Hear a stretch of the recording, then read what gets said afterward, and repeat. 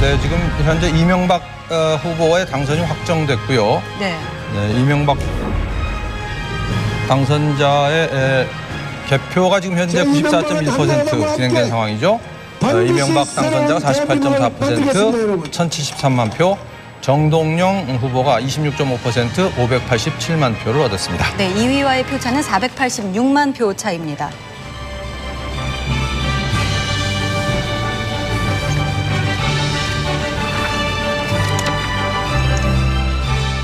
국민 여러분, 진심으로 감사를 드립니다. 오늘 국민들께서는 변함없이 절대적인 지지를 보내주셨습니다. 저는 국민의 뜻을 잘 알고 있습니다. 저는 국민들을 위대한 힘을 발견했습니다. 저는 국민들에게 매우 겸손한 자세로, 매우 낮은 자세로 국민을 섬기겠습니다. 국민의 뜻에 따라 저는 위기에 처한 대한민국 경제 반드시 살리겠습니다. 분열된 우리 사회 화합과 국민 통합 반드시 이루도록 하겠습니다. 저와 함께 최선을 다해 주신 정동영 후보, 이해창 후보, 문국경 후보, 이인재 후보, 문국현 후보, 권영길 후보 모두에게 위로의 말씀을 드리면서 두 분의 충고를 받아들여서 나라를 위해서 열심히 일하겠습니다. 국민 여러분, 정말 감사합니다. 국가를 위해서 최선을 다하겠습니다. 고맙습니다. 당사 밖으로 나온 이 당선자는 환호하는 지지자들에게 둘러싸인 가운데 MBC와의 인터뷰에서 약속을 지키는 대통령이 되겠다고 다짐했습니다. 네. 지지자들에게 감사의 뜻을 전하기 위한 이 당선자의 행보는 밤늦도록 계속됐습니다. 시청 앞 광장을 찾은 뒤 추진력의 상징으로 국민에게 각인된 청계 광장을 방문해 거듭 고맙다는 뜻을 전달했습니다. 꿈을 가지고, 그 어려운 꿈을 가지고 그 꿈을 실현하니까 이렇게 아름다운 세상을 만들게 되었습니다. 이 당선자는 이어 내일 대통령 당선자로서의 첫 행보를 앞두고 짧은 휴식을 위해 자택으로 발걸음을 옮겼습니다. 출구 조사 결과 대통합민주신당 정동영 후보의 득표율이 한나라당 이명박 후보에게 2배 가까이 뒤진 것으로 나타나자 신당 지도부는 실망감을 감추지 못했습니다. 서울 홍은동 자택에 머물던 정동영 후보는 개표가 시작된 지 3시간여 뒤인 밤 9시 20분 당사에서 패배를 인정하는 짤막한 성명을 발표했습니다. 저는 국민 여러분의 선택을 겸허히 받아들입니다. 이명박 당선자가 나라를 위해서 잘 해주실 것을 바랍니다. 정 후보는 또 진실의 편에 서서 끝까지 믿고 지지해 주신 한 분 한 분께 머리 숙여 감사드린다고 말했습니다. 그러면서 항상 국민 여러분과 함께 하겠다고 밝혀 향후 정치 활동에 대한 강한 의지를 내비쳤습니다. 이어 당직자들의 박수를 받으며 개표 상황실을 찾은 정 후보는 선거 관계자들을 얼싸안으며 위로했고 일부 여성 지지자들은 울음을 터뜨리기도 했습니다. 신당은 별도의 대변인 논평을 통해 대선 결과를 겸허하게 그리고 아프게 받아들인다고 밝혔습니다. 하지만 이명박 당선자의 여러 의혹 해소와 신뢰성에 대한 국민의 의문과 상심이 조속히 치유되도록 노력해주기 바란다며 특히 특검 수사에 성실히 협력해야 한다고 밝혀 대립각을 분명히 했습니다. 이회창 후보는 우여곡절 끝에 나선 세 번째 대선 도전도 또다시 실패로 끝났다고 인정했습니다. 저는 이번에도 여러분의 선택을 받지 못했습니다. 그렇지만 국민의 선택을 겸허한 마음으로 받아들입니다. 당선이 확실시되는 이명박 후보에게 축하 인사도 건넸습니다. 축하 말씀을 전합니다. 정권 교체에 대한 국민의 열망을 받들어 지난 정권의 잘못을 확실히 바로잡아 주시기 바랍니다. 또 자신이 만들었던 한나라당의 당원들에게도 혹독한 10년을 잘 견뎌줘서 고맙다며 감사 인사를 잊지 않았습니다. 이 후보는 그러나 이번에 꿈을 이루지는 못했지만 자신의 여정은 아직 끝나지 않았다며 정치를 계속할 각오를 분명히 했습니다. 저희 여정은 끝나지 않았습니다. 어떤 고난과 시련이 닥치더라도 저는 이 길을 갈 것입니다. 이회창 후보 측은 기득권에 안주하지 않고 가치를 추구하는 보수신당을 만들겠다는 뜻이라며 내년 4월 총선에서 다시 국민의 선택을 기다리겠다고 말했습니다. 강원 지역 99.9%의 개표율입니다. 1위 이명박 52%, 2위 정동영 18.9%, 3위 이회창 17.6%. 충북 지역입니다. 99.9%의 개표가 진행된 가운데 1위 한나라당 이명박 41.6%로 28만 9,440표, 2위 대통합민주신당 정동영 23.8%, 3위 무소속 이회창 24.3%입니다. 충남 99.9%의 개표율을 보이고 있습니다. 1위 이명박 34.3%, 2위 이회창 33.2%, 3위 정동영 21.1%. 전북 지역입니다. 99.9%의 개표율을 보이고 있는 가운데 1위 대통합민주신당 정동영 81.6%, 2위 한나라당 이명박 9.0%, 3위 무소속 이회창 3.6%. 전남 99.4%의 개표율, 1위 정동영 78.6%, 2위 이명박 9.2%, 3위 이회창 3.6%.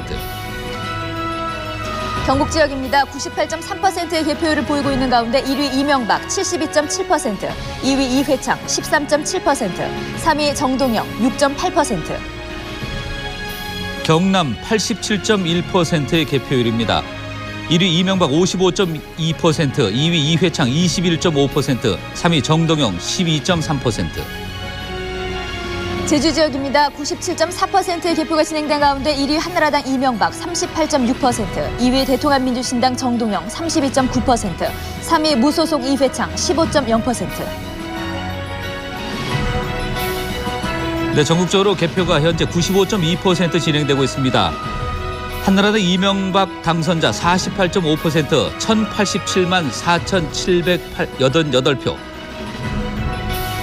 2위 대통합민주신당 정동영 26.4%로 592만 5,395표. 3위 이회창 15.1%, 338만 8,813표. 4위 창조한국당 문국현 5.8%, 129만 6,787표. 5위 권영길 3%, 67만 5,067표. 6위 이인재 0.7%, 15만 4,474표. 7위 허경영 0.4%, 9만 1,523표. 8위 금민 0.1%, 17,034표.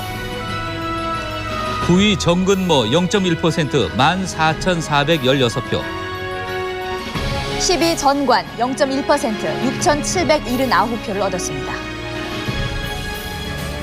시도별 판세를 보겠습니다.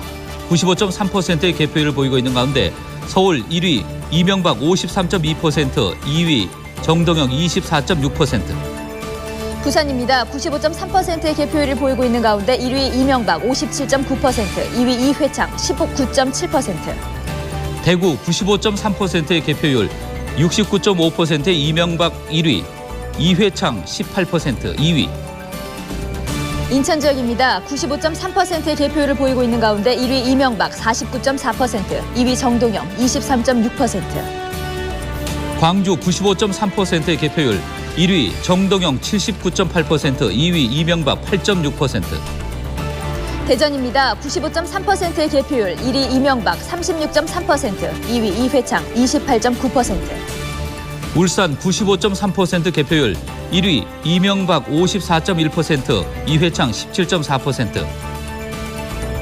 경기 지역입니다. 95.3%의 개표율을 보이고 있는 가운데 1위 이명박 51.8%, 2위 정동영 23.6%. 전국적으로 현재 95.3%의 개표율을 보이고 있는 가운데 강원 지역은 1위 이명박 52%, 2위 정동영 18.9%. 충북 지역입니다. 전국적으로 95.3%의 개표율을 보이고 있습니다. 1위 이명박 41.6%, 2위 정동영 23.8%. 충남 1위 이명박 34.3%, 2위 이회창 33.2%. 전북 지역입니다. 1위 정동영 81.6%, 2위 이명박 9.0%. 전남 1위 정동영 78.6%, 2위 이명박 9.2%. 경북 지역입니다. 1위 이명박 72.7%, 2위 이회창 13.7%. 경남 지역 1위 이명박 55.2%, 2위 이회창 21.5%. 제주 지역입니다. 1위 이명박 38.6%, 2위 정동영 32.9%. 전국 16개 시도 가운데 이명박 13개, 정동영 3개 시도에서 1위입니다. 투표율 62.9%. 지금까지 직선으로 치러진 11번의 대선 가운데 가장 낮은 수치입니다. 지난 87년 13대 대선에서 89.2%를 기록했던 투표율은 14대 대선에서 81.9%, 15대에서 80.7%, 지난 16대에서 70.8%로 계속 낮아진 뒤 이번엔 60%를 간신히 넘겼습니다. 수치만으로 보면 지난 2004년 4월 총선 투표율 60.6%와 비슷해 유권자들은 이번 대선을 총선 정도의 열기를 갖고 지켜봤다는 분석도 가능합니다. 후보자들의 정책이나 선거 과정이 유권자들의 정치 불신을 풀어주지 못해 TV 광고나 문자 메시지 발송 등 대대적인 투표 캠페인조차 효과를 거두지 못했습니다.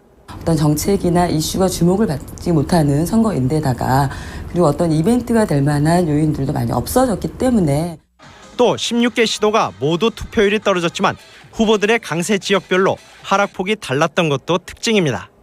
범여권의 기반 지역인 광주나 전남은 지난 대선보다 10%포인트 이상 대폭 하락했지만 이명박 후보와 한나라당의 강세 지역인 대구와 경북은 불과 3, 4%포인트 정도만 떨어지는 데 그쳤습니다.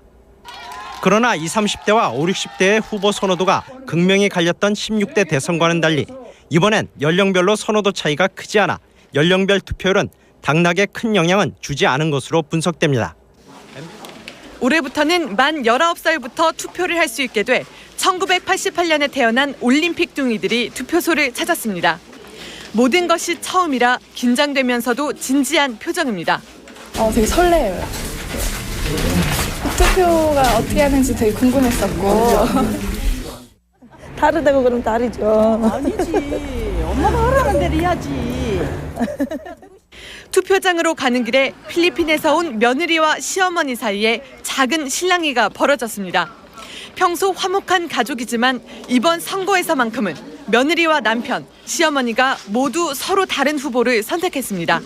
저 같은 경우는 학부모이라서 애들 교육 문제, 또 애기 아빠는 세금, 또 우리 시어머니는 뭐 복지 같은 거나 건강 뭐 이런 식으로.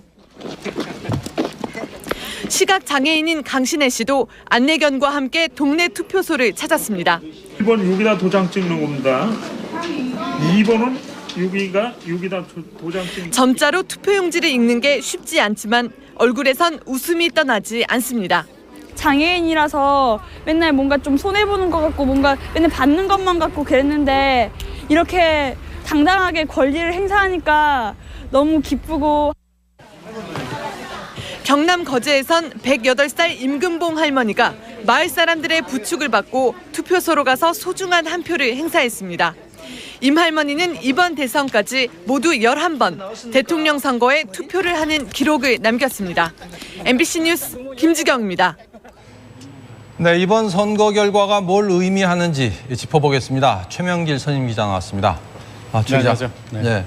그러니까 국민들은 이명박 후보가 몇 가지 의혹에 대해서 좀 못 믿겠다 생각을 하면서도 네. 예, 그러면서도 이 후보를 찍었거든요. 그렇습니다. 이런 표심을 어떻게 해석해야 될까요? 말씀하신 대로 국민들에게 이명박 후보에게 제기된 많은 의혹들이 보이지 않았을 리 만무합니다. 그렇지만 그럼에도 불구하고 이명박 후보를 압도적으로 지지를 해준 것은 한마디로 노무현 정권 5년에 대한 통렬한 심판을 국민들이 기다려왔다는 엄숙한 사실이 확인된 겁니다. 그래서 선거 과정에서 제기된 많은 BBK 관련 논란을 따져보는 것은 우선 뒤로 하고 우선 정권 교체를 하는 게 훨씬 더 우선순위가 높은 대권적 과제다 이렇게 본 것 같습니다. 그 점에서 이번 선거는 대단히 징벌적 성격의 정권 교체다 이렇게 볼 수 있을 것 같습니다. 네, 아무래도 이명박 후보가 당선된 데는 이 승리한 데는 경제 살리기에 탁월한 지도력을 보여줄 수 있을 것이다 하는 이런 경제 지도자 이미지가 주요한 원인이 됐겠죠. 그렇죠. 그렇지만 그 또한 경제를 활성화시켜달라는 여망도요. 현 정부가 경제를 제대로 운영하지 못했다라고 하는 실망감을 반영한 부분이기 때문에 전반적인 문제에서 전 정권에 대한 심판과 맥락을 같이 할 겁니다. 사실 재산권을 제약한다고 생각이 될 정도로 부동산 거래는 완전히 동결된 상태고요. 그래서 집을 가진 사람이나 세를 사는 사람이나 모두 고통을 받고 있는 게 현실입니다. 그래서 민심 이반의 큰 요인으로 작용을 했고요. 지난 몇 년 사이에 급등한 각종 세금이라든지 심각한 취업난 같은 것들은 모두 여권에게 큰 부담으로 작용을 했습니다. 특히 선거 전전날에 마감된 종부세 자진 신고는 사실 이 대상자들에게는 대단히 감정적인 반감을 불러일으키는 그런 요인이었을 겁니다. 예, 지금 말씀하신 대로 세금 같은 게 결국 보수 진영이 대반격을 한 그 요인이 됐을 수도 있겠죠. 네, 그렇죠. 그런데 전반적으로 봤을 때는 그거보다는 실정에 대한 책임, 이걸 더 크게 물은 거 아니냐 그런 분석이 더 많은 것 같아요. 그렇습니다. 이번 선거를 두고 보수와 진보의 대결 같은 그런 분석의 구도를 들이대는 사람들도 많이 있지만요. 사실은 이번 선거에서 보수와 진보 진영의 이념적 대결은 사실 존재하지를 않았습니다. 사실 이번 선거를 앞두한 후보의 도덕성 공방 속에서도 사실 국민들은 60 내지 70%가 정권은 교체해야 된다는 쪽에 무게를 실어줬고요. 그래서 이번 선거는 보수의 반격이라고 분석적으로 의도적으로 해석을 할 수 있지만 실상은 지난 5년간 국민들이 피부로 느낀 노무현식 리더십에 대한 심적 충격에 대한 반감의 표현이다. 이렇게 보는 편이 더 정확할 겁니다. 원칙이라는 명분을 들어서 대통령이 직접 헌법 소원을 제기하거나 수십 년 정치 관행에서 그냥 묵인되었던 많은 논란을 보면서 야당 후보를 청와대가 직접 고발을 하고 나서고요. 또 선거 막바지까지 기자실 폐쇄를 강행을 하면서 이 기자실 폐쇄에 앞장을 섰던 사람에게 훈장을 나눠주는 것 같던 그런 행태 속에서는 사실상 여권 입장에서는 선거는 해보나 마나 한 거다라고 하는 그런 얘기가 나올 정도였던 게 사실입니다. 네. 10년 만에 정권 교체 어떤 의미가 있겠지요. 조금 아까까지 이 개표 97% 가까이 개표됐을 때 48.5%를 득표한 걸로 나왔고요. 이명박 후보 출구조사도 50%를 넘었습니다. 이렇게 이명박 후보가 과반 이상을 득표할 경우를 상정해 봐야 될 텐데요. 어떤 의미를 갖게 될까요? 과반은 하지 못할 것 같고요. 네. 저희 조사나 아니면 타 언론기관의 여론조사, 출구조사를 모두 종합을 해볼 때 이명박 후보의 최종 득표율은 49% 언저리가 아닐까 하는 그런 판단이 됩니다. 그러나 그 어떤 경우든 국민들은 이번에 한나라당에 과반 정도의 표를 몰아줌으로써 정권 교체 의지가 얼마나 강한지를 표현을 해줬습니다. 그 결과 이명박 정권은 앞으로 펼쳐질 이명박 특검 국면을 어느 정도 돌파할 수 있는 돌파력을 가졌다고 봐야 될 겁니다. 한나라당이 이것을 어떻게 잘 운영을 해나갈지 그리고 이에 대해서 신당은 어떻게 대처해 나갈지는 앞으로 남은 중요한 정치적 과제일 겁니다. 예, 그리고 이제 이명박 후보 그 득표율 지금 말씀하셨습니다만은 그동안 대선 과정에서 몇 가지 돌출 변수들이 튀어나오고 그때마다 이제 등락을 거듭했는데 그게 결과적으로는 크게 지지율에 큰 영향은 못 미쳤다 이렇게 결과가 나왔네요. 비교적 언론은 좀 상황을 극적으로 보도하는 성향이 있기 때문에 여러 가지 변곡점이 될 만한 사건들이 있었다고 조명은 됐지만 사실 이런 변곡점이 될 만하다고 보아졌던 사건들이 사실상 실제 지지율 흐름이라는 측면에서 보면 지난 8월 20일 이명박 후보가 한나라당의 후보로 당선된 이후 지난 4개월 동안 당락을 위협할 만한 지지율의 변동은 사실 없었다고 봐도 맞습니다. 가장 낮게 내려갔던 게 김경준 씨가 귀국한 직후에 35, 6%까지 내려갔는데요. 이때도 2위 후보와는 15% 가까운 차이를 보였고요. 당시에 15% 남짓했던 무응답층을 지지율로 판별 분석해서 붙일 경우에는 이명박 후보가 40% 밑으로 내려간 적은 없었다고 봐야 됩니다. 그래서 서로 각 당이 희망 섞인 관측을 했던 건 사실이지만 실제로 이 후보의 당선이 흔들릴 만한 그런 지지율의 변동은 사실 한 번도 없었던 게 사실이라고 이렇게 봐야 될 겁니다. 네.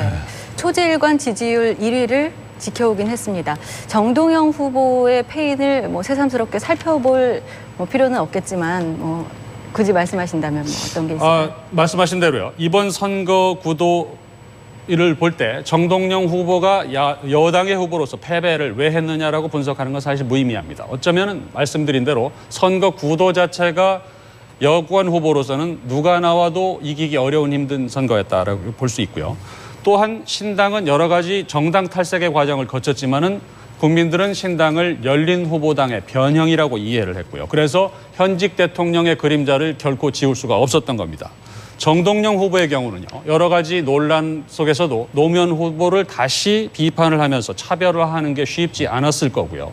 또 아직도 노무현 대통령을 지지하는 극소수의 지지층마저 잃어버릴까 하는 두려움 때문에 노 대통령과 확실한 선을 긋지 못한 게 꼽으라면 꼽을 수 있는 정치적 패인일 겁니다. 네, 최명일 기자 잘 들었습니다. 고맙습니다. 이명박 당선자는 지난 1941년 일본 오사카에서 사남 3녀 중 셋째로 태어났습니다. 해방 직후인 1945년 귀국한 뒤 가난 때문에 형제 둘을 잃은 이 후보는 경북 포항에서 고등학교까지 마치고 19살이 되던 해 서울로 올라옵니다. 1965년 고려대학교 경영학과를 졸업하면서 현대건설에 공채로 입사한 이 당선자는 5년 만에 이사로 승진해 승승장구하던 1970년 6살 아래인 부인 김윤옥 씨와 결혼해 1남 3녀의 자녀를 두게 됩니다. 이후 27년간 현대그룹에 몸담으면서 셀러리맨 성공 신화를 써내려갔고 1992년엔 정주영 명예회장과 결별하고 민자당 전국구 의원으로 정계에 입문합니다. 15대 재선 의원 때 선거법 위반 혐의로 의원직을 상실하면서 큰 좌절을 겪은 이 당선자는 지난 2002년 민선 3기 서울시장에 선출되면서 정치 인생의 전환점을 맞게 됩니다. 그리고 청계천 복원 등 주력 사업을 추진하면서 사람들에게 이명박이란 이름을 각인시켰습니다. 혼자 살 수 없는 거니까. 그러니까 우선 공직자가 따라와 줘야 되고 이 반대하는 사람이 따라와 줘야 되고 우리 서울 시민들의 여론이 따라와 줘야 되고 이제 이런 두려운 마음이 있었던 것이죠. 지난해 6월 서울시장에서 물러나 본격적인 대권 행보에 나선 이 당선자는 취약한 당내 기반 속에서도 박근혜 전 대표와의 치열한 경선을 통해 결국 한나라당 대선 후보에 뽑혔습니다. 국민의 후보로서 앞으로 여러분과 함께 승리를 맡겠습니다, 여러분. 가난한 시골 출신 고학생에서 대기업 회장으로 국회의원에서 서울시장으로 수직 상승해온 이명박 당선자는 이제 더 이상 오를 곳 없는 대통령 자리에 앉게 됐습니다. 이명박 당선자의 부인 김윤옥 여사의 별명은 미세스 쓴소리입니다. 이 당선자에게 평소에 다른 사람들은 하지 못하는 충고와 쓴소리를 거침없이 해서 붙여진 별명입니다. 아침마다 주로 편지를 통해 전해지는 김 여사의 쓴소리는 이 후보도 꼭 빠뜨리지 않고 챙겨보는 것으로 알려져 있습니다. 낙천적이고 소탈한 성격의 김 여사는 상대적으로 날카로운 이 당선자의 성격을 원만하게 보완해준다는 것이 주위 사람들의 평입니다. 꼭 지켜야 할 일들, 또 좀 고쳤으면 하는 일들 이런 거 한 3가지 정도를 제가 적어서 이렇게 편지를 써놓으면은 후보님이 아침에 나갈 때 그걸 들고 나가서 차 안에서 보고 저녁에 답이 옵니다. 이 당선자의 형인 이상득 전 국회 부의장은 이 당선자의 인생에 가장 큰 영향을 끼친 사람으로 알려져 있습니다. 어렸을 적부터 포항 천재로 불리며 서울대 상대를 나와 코롱의 사장 자리에까지 오른 6살 위의 이 전 부의장은 줄곧 이 당선자에게 자극을 주는 존재였습니다. 이 당선자는 슬하에는 딸 셋과 아들 하나를 뒀습니다. 첫째 딸 주연 씨와 둘째 딸 승연 씨는 줄리어드 음대에서 기악을 전공했고 셋째 딸 수연 씨는 이화여대 미대를 졸업했습니다.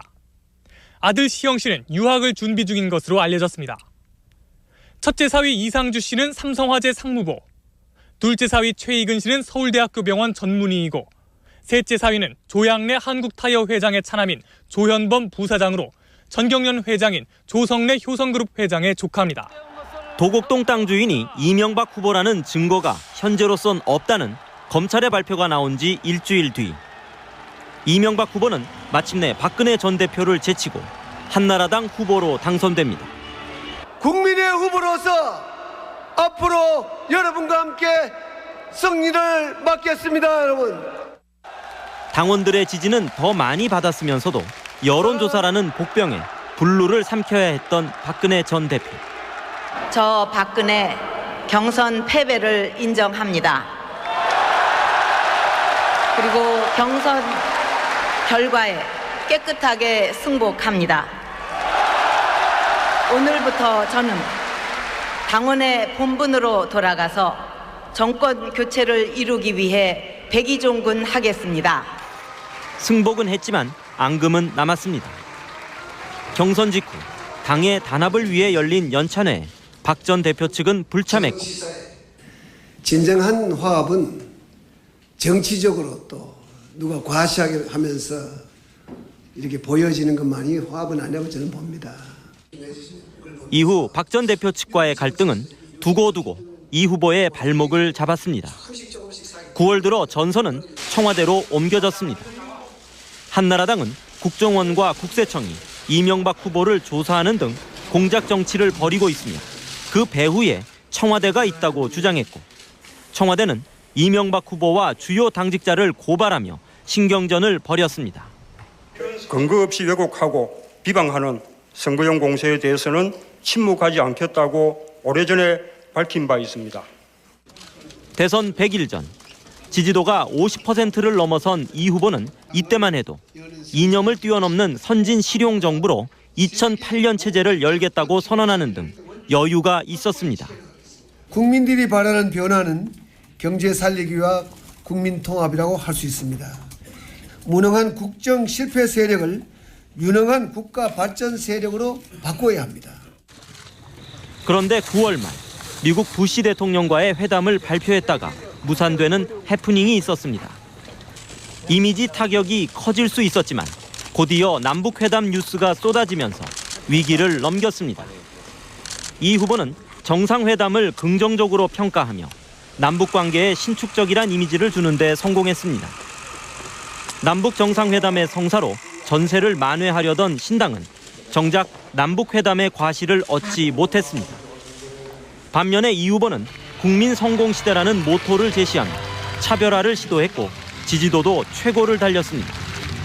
가난한 시골 아이가 최고 경영자가 될 수 있는 성취의 나라, 개천에서 용이 날 수 있는 기회의 나라, 이 자랑스러운 대한민국에 땀 흘려 일하면 누구나 성공할 수 있는 국민 성공 시대를 열어나갑시다.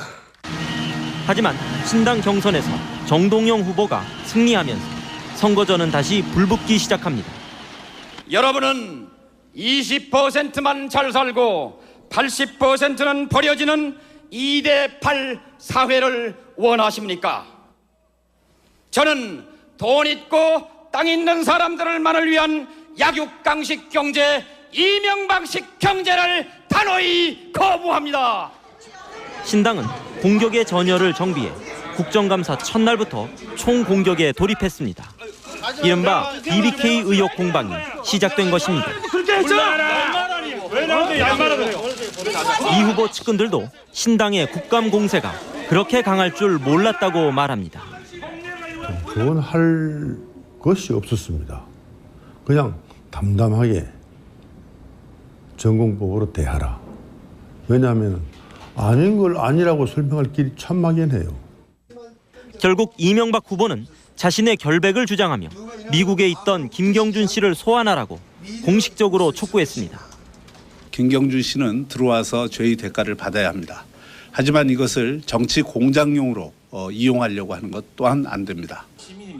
이렇게 BBK로 시끄러운 상황에서 이회창 전 총재의 출마설이 모락모락 피어오르기 시작했고 이명박 후보가 도중에 낙마할지도 모른다는 위기감이 고조되자 이회창 전 총재는 장고를 위해 잠적합니다. 그리고 3일 뒤 이회창 전 총재는 출마를 공식 선언합니다. 저는 오늘 그동안 몸담았던 한나라당을 떠나 이번 대통령 선거에 출마하고자 합니다. 이명박 후보 측근들은 극도의 분노감을 느꼈다고 말합니다. 그 실망도 컸습니다. 때로는 참 분노에 가까운 그런 실망이었었죠. 왜냐하면 그분이 한나라당의 역사였지 않습니까? 하지만 이회창 후보에 대한 공격은 쉽지 않았습니다. 공격수를 찾을 수 없었기 때문입니다. 이회창 후보 쪽을 주 전선으로 놓고 그쪽이 좀 공격을 하자. 이 분위기는 분명했었습니다. 그런데 막상 이제 공격수가 오랜 2년 등을 해서 마땅치가 않은 점은 있었던 것이 사실입니다. 결국 이회창 바람을 잠재울 사람은 박근혜 전 대표. 화해의 걸림돌이라고 박 전 대표 측이 지목해온 이재호 최고위원을 잠시 내치면서 박 전 대표 측의 도움을 받을 수밖에 없었습니다. 이명박 후보의 당선을 위해 모든 것을 바치겠습니다. 백의 종군하겠습니다.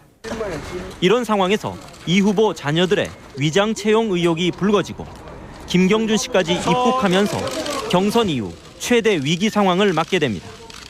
측근들은 김경준의 사기범 전력을 부각시키기로 전략을 정했습니다. 이 김경준이라는 사람이 얼마나 위조 전문의 국제 사기꾼인지를 부각을 시켜서 이 점을 국민 앞에 제대로만 인식시킨다면은 오히려 저쪽에서 역풍을 맞을 수도 있다라고 보고. 이에 김경준 씨 누나 에리카 김은 역공에 나섰고 문제의 이면 계약서가 검찰에 제출됩니다. 신당 측은 연일 신문 광고에 정책 대신 이명박 후보가 거짓말을 하고 있다는 내용을 게재했습니다. 드디어 검찰이 수사 결과를 발표합니다. 이 후보가 김경준과 주가 조작을 공모하였다고 인정할 증거가 없어 혐의 없음으로 불기소 처분하였습니다. 측근들은 당시 극도의 긴장 상태에서 수사 발표를 지켜봤다고 말합니다. 오히려 그 조사했는 것보다 하기 전보다 더 못한 상황이 전개되지 않을까 사실 걱정스러웠습니다. BBK 싸움에서 이 후보는 판정승을 거두었지만 신당과 이회창 후보 측은 검찰이 진실을 은폐했다며 촛불 시위 등으로 후폭풍을 불러일으켰습니다. 여론조사에서도 검찰 수사에 문제가 있다는 의견이 많았습니다. 하지만 강화도 총기 도난 사건과 태안 기름 유출 사고가 터지면서 후 폭풍은 세력을 키우지 못했습니다. 결국 신당은 마지막 카드로 BBK 특검 법안을 제출했고 국회에선 극심한 몸싸움이 벌어졌습니다. 여기에 이 후보가 BBK를 설립했다는 동영상까지 공개되면서 이 후보 측은 막판 최대 위기에 몰렸습니다. 하지만 당일 밤 11시 반 이 후보는 특검법을 전격 수용하면서 동영상 파문을 진화했습니다. 정략적 특검이었기 때문에 저는 반대했습니다. 저는 특검 수용할 수 있습니다. 수용하겠습니다. 특검법을 전격 수용함으로써 이 후보는 신당이 노리는 이미지 타격을 최소화시킬 수 있었고 이후 더 이상의 변수는 없었습니다. 우여곡절로 이어진 이명박 후보의 대장정은 대세론이 당선으로 현실화되면서 끝을 맺었습니다. 이명박 후보 측의 최고 의사 결정기구격인 6인 회의는 이당선자 친형인 이상득 국회 부의장, 박희태, 김덕용, 이재호 의원, 최시중 전 한국갤럽 회장으로 이루어졌습니다. 이재호 의원은 당내 기반에서 밀리던 이 후보에게로 당심을 끌어모으고 경선 뒤에는 박근혜 전 대표 측과의 갈등 수습을 위해 이선으로 물러나 이 후보의 부담을 덜어줬습니다. 당내 분란에 일으킨 장본인으로서 의원 여러분들에게 진심으로 사과 말씀드립니다. 이 후보의 서울시장 재임 시 정무 부시장이었던 정두원 의원은 법여권의 거센 공세를 최전선에서 막아내며 때론 맞불을 놓는 악역도 마다하지 않았습니다.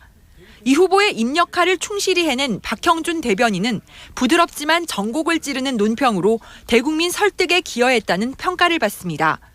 당내 경선에서 이 당선자와 맞섰던 홍준표 의원은 당 클린정치위원장을 맡아 여당의 BBK 공세를 차단하는 소방수 역할을 성공적으로 수행함으로써 대선 승리의 1등 공신이라는 말이 나오고 있습니다. 오늘 이명박 후보에 대한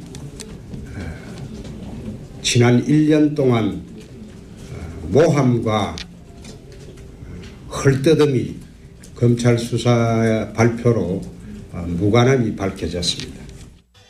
서울시에서부터 이 후보를 보좌해온 강순규 커뮤니케이션 팀장과 임재현 수행비서는 드러나지 않게 승리에 기여한 측근들입니다. 배용수, 송태영, 조혜진 특보로 짜여진 공보팀은 대언론 창구 역할을 효과적으로 수행했다는 평가를 받고 있습니다.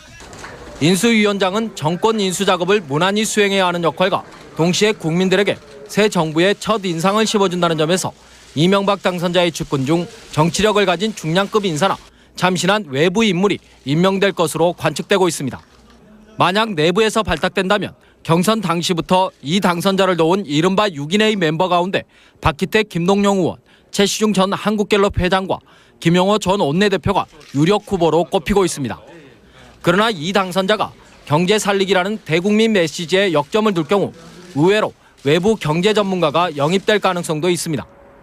실용을 강조하는 당선자의 성향과 내년 총선을 고려하면 인수위 각 분야 책임자는 정치인이 아닌 해당 분야 전문가가 발탁될 가능성이 높습니다. 이 경우 이 당선자와 호흡을 맞춰온 외부 전문가가 대거 포진한 한나라당 내 위원회가 인재풀이 될 것이라는 게 일반적 관측입니다. 특히 경제 분야 책임자 선택은 집권 초기 당선자의 경제정책 기조를 가늠해 볼 단서가 된다는 점에서 경제계는 이 당선자의 선택을 눈여겨보고 있습니다. 지금까지 이명박 당선자는 지지율 고공행진을 이어오면서도 인수위 구성 등에 관한 일체의 논의를 금지해왔습니다. 그러나 인수위 참여가 정권 초기 요직 발탁으로 이어진 전례가 적지 않다는 점에서 이제부터는 인수위에 들어가기 위한 자천타천의 경쟁이 본격화될 것으로 보입니다. 대통령 당선이 확정되는 순간부터 이명박 당선자는 청와대 경호팀의 밀착 경호를 받게 됩니다. 근접 경호는 물론이고 폭발물 감시와 의료 지원 외에도 음식물을 검식하는 요원까지 배치됩니다. 부인 김윤옥 여사와 아들, 딸 등 직계 좀비속도 경호 대상에 포함됩니다. 경찰도 자택과 사무실, 내부, 주변, 외곽 등 3단계로 나눠 인력을 추가 투입하는 등 국가 원수급의 경비에 들어갑니다. 당선자에겐 또 방탄 리무진이 제공되며 장거리 이동 시 전용기나 헬리콥터도 이용할 수 있습니다. 당선 확정과 함께 이명박 당선자는 앞으로 2달 동안 인수위원회를 통해 정부 부처별 현안 파악에 나서게 되는데 여기에 필요한 경비도 지원됩니다. 노무현 대통령이 당선자 시절에는 인수위원회 운영 비용으로 15억 원이 지급됐는데 정확한 액수는 당선자와 정부가 협의해 결정하게 돼 있습니다. 당선자는 앞으로 각 부처 장관으로부터 주요 현안에 대한 보고를 수시로 받으며 집권을 준비하게 되지만 국무회의 등 정부 공식 회의에는 참여할 수 없습니다. 그러나 현 대통령과 협의 조율 과정에서 사실상 국정의 발언권을 행사하게 됩니다. 외빈이 우리나라를 방문할 경우에도 현직 대통령에 이어 관례상 다음 대통령 당선자와도 만나게 되는데 청와대나 외교부에서 전담 통역인원을 파견해 행사 진행을 돕게 됩니다. 남북 간의 화해 무드와 북핵 문제가 상존하고 있는 우리나라에서 새 대통령은 특히 한미 관계와 남북 관계를 슬기롭게 풀어나가야 한다는 의견이 많았습니다. 와싱턴이 견제하고 반대하는 한 한반도 평화가 오기 힘듭니다. 또 평양이 평화에 대한 중요성을 깨닫지 않는 한 평화가 오기가 힘듭니다. 이 두 개를 같이 동시에 추진할 수 있는 그 과감한 정치를 펴야 합니다. 유례 없이 치열했던 선거 과정에서 생겼던 앙금과 상처를 빨리 잊고 그동안 뒤로 했던 민생을 챙겨야 하는 것도 새 대통령의 몫입니다. 새 대통령은 과거보다 미래지향적으로 국민을 화합시켜야 한다고 생각합니다. 실천 가능한 꿈을 제시하고 국민들에게 일정한 방향으로 나아가도록 끊임없이 솔선수범하면서 짧은 시간에 큰 성과를 이뤄야 한다는 생각에 서둘러 정책을 추진하기보다는 그 전에 먼저 국민의 의견을 들어야 한다는 목소리도 높았습니다. 우리 기업이 아주 자유롭게 세계를 무대로 경쟁할 수 있는 그런 환경을 만들어주시고 또 외국의 기업도 우리나라에 유수한 기업들이 진출을 해서 우리와 같이 협력도 하고 그리고 경쟁도 하는 그러한 청소년들은 획일적인 학교 교육보다는 자신에게 숨겨진 다양한 개성을 살릴 수 있는 변화된 교육 환경을 원했습니다. 돈을 안 들이고 공부를 할 수 있는 그런 세상을 만들어주셨으면 감사하겠습니다. 네. 한미 FTA에 따른 시장 개방으로 어려움을 겪고 있는 영화인들은 말로만 하는 구호성 정책이 아닌 실질적인 지원이 절실하다고 말합니다. 그래서 영화계를 살리는 것은 결국 이런 이야기 산업을 살려줘야만 됩니다. 그래서 많은 원작들이나 많은 이 시나리오의 소재가 될 수 있는 것들을 개발을 해줘야 되는데 각자가 주문하는 대통령의 모습은 달랐지만 이제 우리가 뽑은 대통령이 국민들에게 존경과 사랑을 받는 지도자가 됐으면 하는 마음은 모두가 한결같았습니다.